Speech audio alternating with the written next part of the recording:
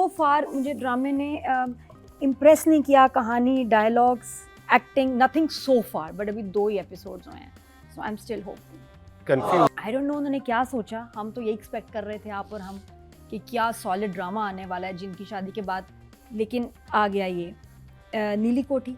Expectations थी, मैंने पहली बार 2 एपिसोड देखे, मुझे समझ में नहीं आया, मुझे इंतहाई बोरिंग लगी। मैंने सेकंड टाइम देखा कि नहीं हो सकता आपका ना कभी किसी और फ्रेम ऑफ माइंड में हो, समझना है। मैंने दूसरी दफ़ा देखा और फ्लॉज नज़र आए, तब भी नहीं अच्छा लगा वैसे। तो हैरानी ये है कि कास्ट इतनी अच्छी है, मेरे बहुत कुछ फेवरेट एक्टर्स हैं इसमें, डायरेक्टर बहुत अच्छे हैं, राइटर बहुत अच्छे हैं, लेकिन ड्रामा अच्छा नहीं मज़े का लग रहा भाई। फ्लॉज बहुत हैं, वीक स्क्रिप्ट है, वीक एक्टिंग है, वीक कास्टिंग भी है इसमें कुछ, और ड्रामा इम्पैक्ट नहीं बना रहा। नीली कोठी हाय कहाँ से शुरू करूँ? पहले शुरू में आया जो नरेशन कि जी मैं ये कहानी, एक तो राइटर, एक तो हर ड्रामे में आजकल राइटर इन फैशन है, तो राइटर हैं वो, हीरोइन भी राइटर है, सब राइटर हैं। और इस ड्रामे में 2 राइटर हैं, ठीका जी भी राइटर हैं और वो जो पामाल में भी राइटर है, तो राइटर तो एक पामाल वाली तो समझ में आ रही है, एकदम ये राइटर हुई और शदीद राइटर हैं ये। और इनका एक ड्रामा चल रहा है जो शुरू में इन्होंने कहा कि मैं कहानी लिख रही हूँ किस पे, नीली कोठी पे, और मैं जब आगे बढ़ती हूँ कोई चीज़ मुझे रोक देती है, इवल स्पिरिट है, कोई साया है, क्या है कि वो रुक जाती हैं किसी ना किसी चक्कर में। तो हमें पता है कि वो नीली कोठी लिख रही हैं, मुझे ये पता है। उसके बाद वो कहती है मुझे लड़का चाहिए जो गायब है, और उसका इंपॉर्टेंट रोल है लेकिन वो गायब है, वो नहीं मिल रहा क्योंकि रिसर्च के लिए कोई चाहिए। भाई आपकी कोठी की कहानी, आपको रिसर्च आप उस्मान पिज़ादा से पूछें, मैं यही समझ रही हूँ। फिर आगे जाके मुझे पता चला तो नीली कोठी भी तो लिख ही नहीं रही, वो तो चोलिस्तान की कहानी को लिख रही है, बताए आपको। लेकिन उसकी जो वो था वो तो नीली कोठी लिखा हुआ था ना उनके। हाँ, जब वो किताब शुरू में लिख रही है नीली कोठी, तो आगे जाके चोलिस्तान पे उनको रिसर्च नहीं वो कह रही थी, वो क्या था, आई थिंक वो कह रही थी कि it was something that she done before. या नहीं मैं लिख रही हूँ आजकल, लिख रही हूँ, मैं रुक जाती हूँ, मैं फंस जाती हूँ, मैं कंप्लीट नहीं कर पाती। तो आपको बता दिया राइटर डायरेक्टर ने कि नीली कोठी पे she is writing a novel on नीली कोठी, तो चोलिस्तान वाला नॉवल कैसे? नहीं, लेकिन आई थिंक वो भी करती है ना, वो पेपर्स भी लिखती है, आर्टिकल्स भी लिखती है, आर्टिकल्स लिखती है, उसमें आर्टिकल लिखा था। नहीं ये तो किताब है भाई। नहीं किताब भी लिखती है लेकिन साथ में आर्टिकल्स भी लिखती है, ऐसा कुछ था। इसलिए वो प्रेशर फील कर रही है ना जी। नहीं, इट्स नॉट एन आर्टिकल। बंद मुट्ठी में सुलगती रेत, ये क्या है? तो नीली कोठी नहीं है फिर, ये नीली कोठी नहीं, तो फिर नीली कोठी का तो नाम ही नीली कोठी तो है। फिर ये कौन है?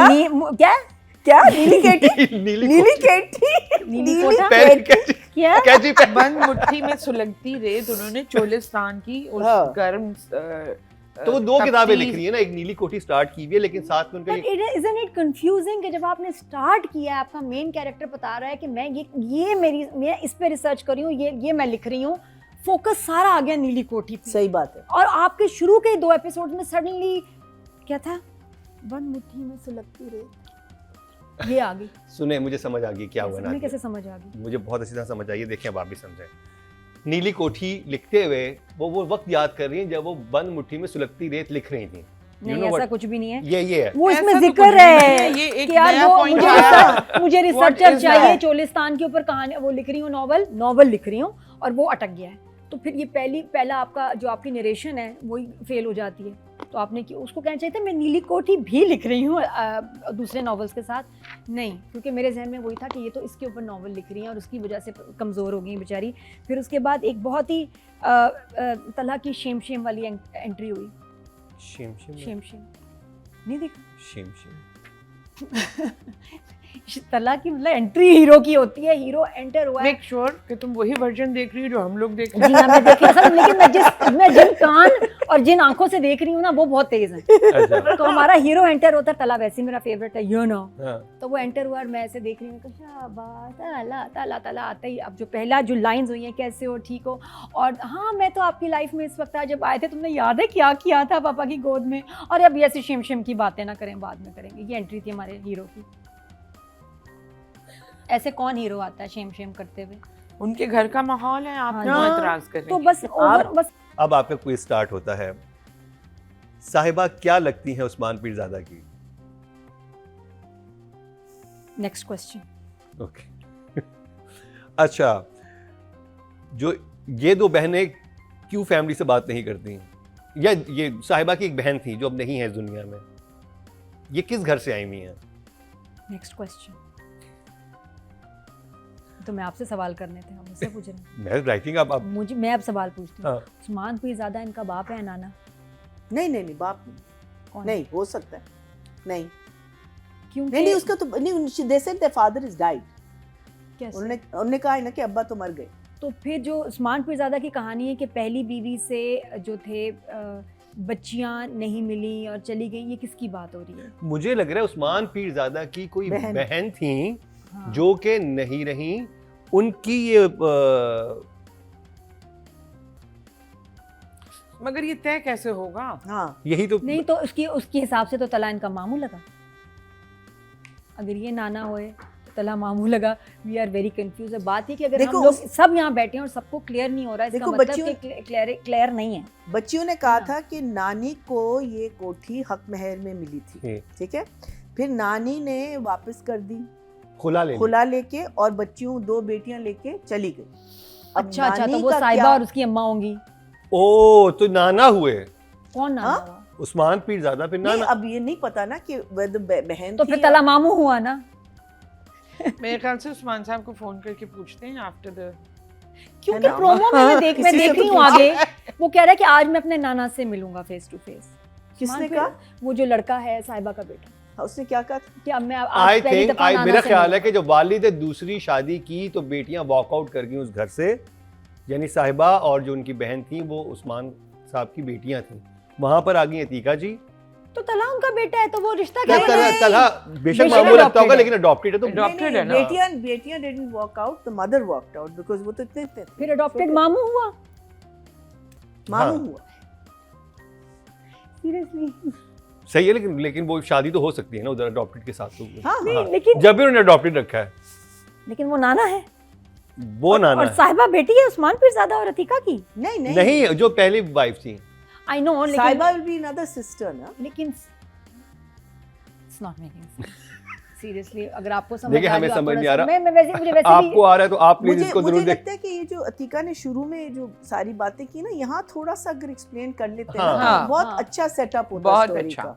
अच्छा, इस ड्रामे में पहले एपिसोड में हर एक्टर अपनी कहानी बता रहा है और ये नरेशन में हो जाता, हालांकि कुछ बताया है, लेकिन उसके बाद जो कैरेक्टर आ रहा है ना, याद है जब हम लोग इतने के थे तो उसमें ऐसे झगड़ा हुआ था तो ऐसे आ गया था, हाँ इस उम्र में जब ये हुआ था, हर कोई अपनी बैक स्टोरी बता रहा है।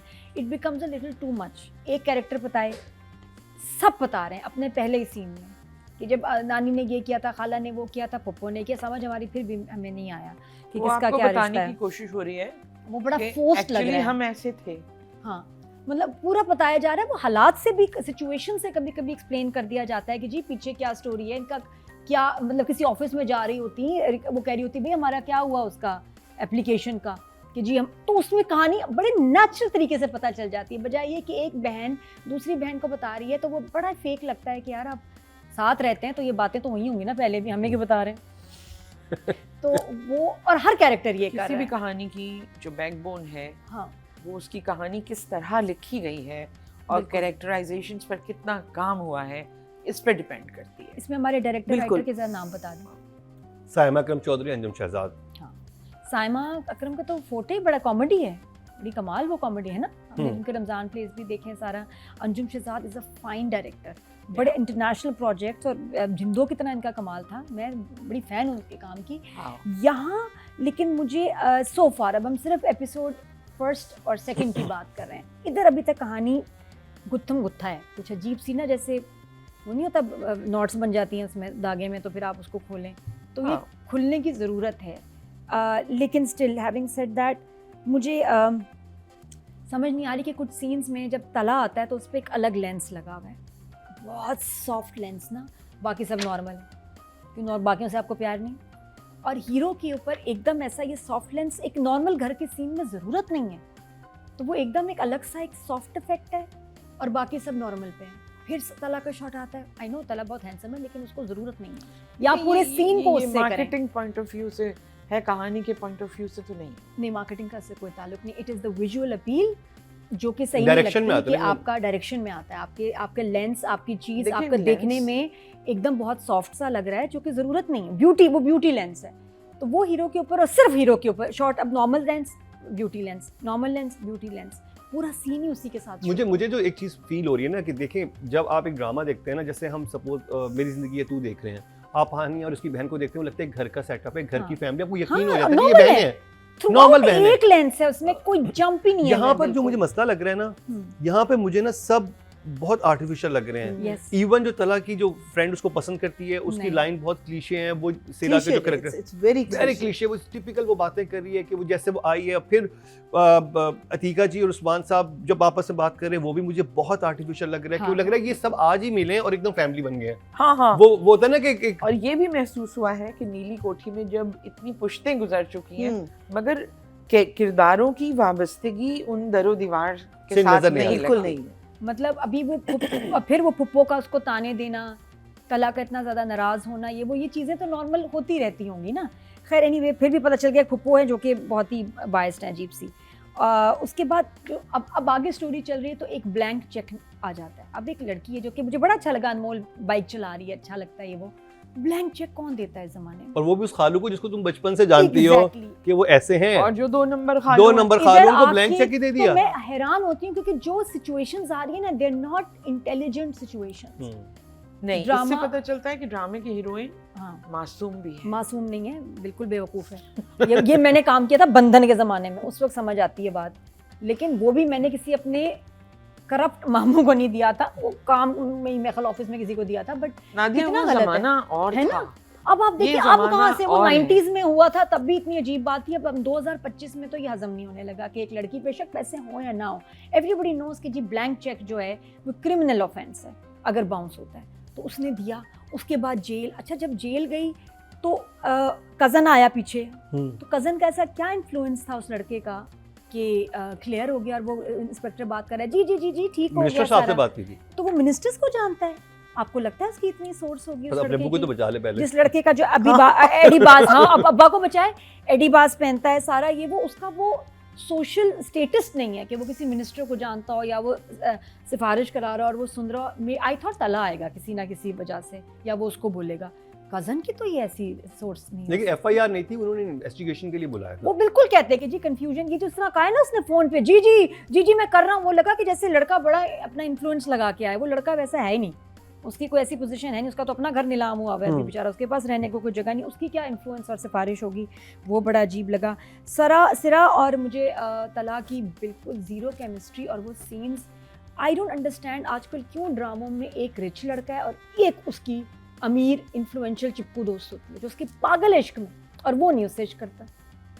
सेम हर ड्रामे में तो नहीं हो सकता ना, कुछ ज़्यादा हो गया है, नहीं अच्छा लग रहा है। इस पे थोड़ा सा हम ब्रेक लें। कितना अच्छा है वहाँ, देखो मेरे सांवल यार पिया में कोई लड़की नहीं है ऐसी, एक ये पिया, उस पर लड़ाई हो रही है, तो ये अच्छा लग रहा है मुझे। बाकी सलीम मिराज की मुझे I think I was the happiest जब सलीम मिराज आए। हाँ, मुझे लगता है वही सेविंग ग्रेस वही होंगे कि वो समा इतने की, और वो बिल्कुल अपना कैरेक्टर, टाइमिंग, सिचुएशन उनकी ठीक है ना, बेशरम की तरह आए हैं और आते कह रहे हैं हाँ खाने में क्या है रोटियां गरम ला बेटा।